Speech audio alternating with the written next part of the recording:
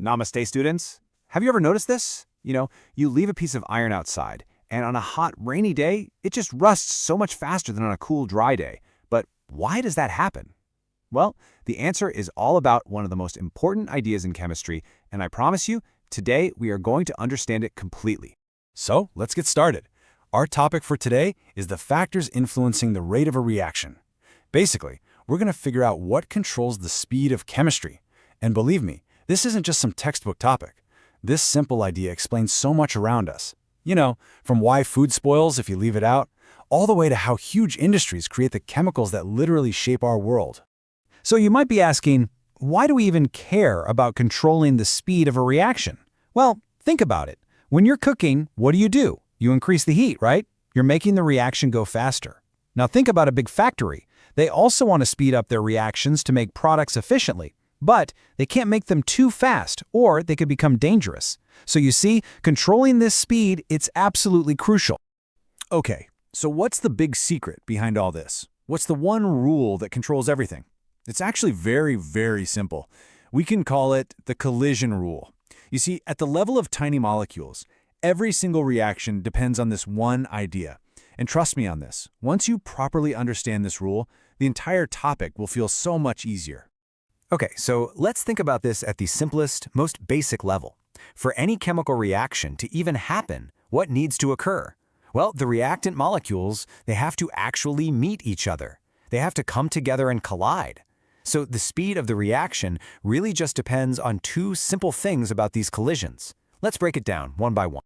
So the first thing is simply the number of collisions. Just imagine an almost empty room. If there are only 2 or 3 people, how often will they bump into each other? Hardly ever, right? Now picture a really crowded party in that same room. People will be bumping into each other all the time. It's exactly the same with molecules. The more collisions there are every second, the more chances there are for a reaction to happen. Simple. But here's the really important part. Just bumping into each other isn't enough. Not every collision leads to a reaction. The collision must have enough energy. Think of it like this. A gentle tap between 2 molecules will do nothing, but a really powerful, high-energy crash, that can break their old chemical bonds and allow new ones to form. This minimum energy needed is what we call the activation energy. So you see, it's not just about the number of collisions, but also the energy of those collisions. Now, to make this whole idea really clear in your mind, let's use an analogy. I want you to picture a busy traffic intersection, a crossroad full of cars. Now think of the number of car crashes happening at that intersection as the rate of reaction. It's a bit of a funny example, but by thinking about this traffic jam, we can understand all the factors perfectly. All right, let's connect everything to our traffic jam. First, more cars. If you have more cars on the road, what happens? More crashes, right? This is just like increasing the concentration of molecules. Second, faster cars. If cars are moving faster, they'll not only collide more often, but the crashes will be much more powerful. This is like increasing the temperature. Third, narrower lanes. Imagine squeezing all the cars into smaller lanes. They are forced closer together, leading to more bumps. This is exactly what happens when you increase the pressure on a gas. Fourth, a wider intersection. If the intersection itself is bigger, there's more space for cars to interact from different directions. This is like increasing the surface area of a solid. And finally, the catalyst. Now this is a clever one. A catalyst is like a smart new traffic signal, or maybe a new flyover. It doesn't add more cars or make them go faster, but it gives them a new, easier path to cross the intersection without a jam. It makes the interactions more efficient. Okay, so now let's see where all this applies in the real world, because this is not just theory for your exams, Beta.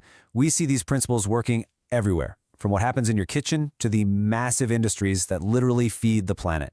In fact, let's look at one of the most important industrial processes in all of human history.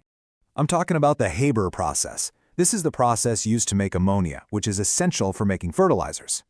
Now the problem is, the reaction between nitrogen and hydrogen gas is naturally incredibly slow, almost uselessly slow. So to make it work, chemists use every trick in the book. They use a very high temperature to give the molecules enough energy. They use extremely high pressure to force the molecules together and increase the collision rate. And they use an iron catalyst to give the reaction an easier path to follow. By controlling all these factors, they took a reaction that was too slow to be useful and turned it into a process that helps feed billions of people. Amazing, isn't it? Now, let me ask you a question that often confuses students. We've talked about a few different factors, right? But which one do you think is more powerful? Imagine you have two choices. You can either double the concentration of your reactants, or you can just increase the temperature by a small amount, say 10 degrees Celsius. Which of these two actions do you think will speed up the reaction more? Just take a second to think about it. The answer is temperature. This is a super important point to understand. See, if you double the concentration, you might double the reaction rate. That makes sense.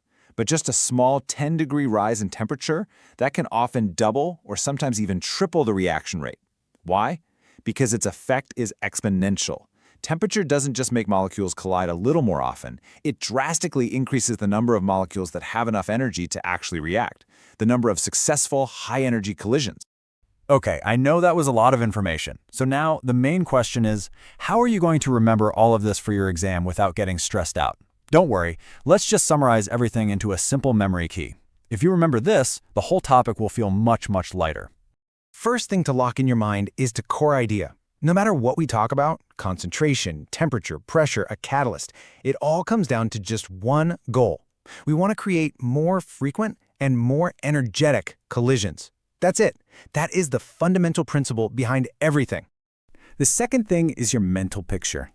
Anytime you feel a little confused in the exam, just close your eyes and go back to that busy traffic intersection. Ask yourself, okay, how can I make more cars crash? Should I add more cars? Should I make them drive faster? Should I make the road narrower? That one simple picture will help you remember every single factor and how it works. So let's wrap this up. Here is your final summary for the exam. Number 1, remember the core idea. It's all about more frequent and more energetic collisions. Number 2, use the traffic jam analogy to help you visualize all the different factors. And number 3, keep a real-world example in your mind, like why iron rusts faster in hot, wet weather. If you can just remember these 3 things, the core idea, the analogy, and one example, I promise you, this topic will feel so much simpler. All the best, and keep studying smart.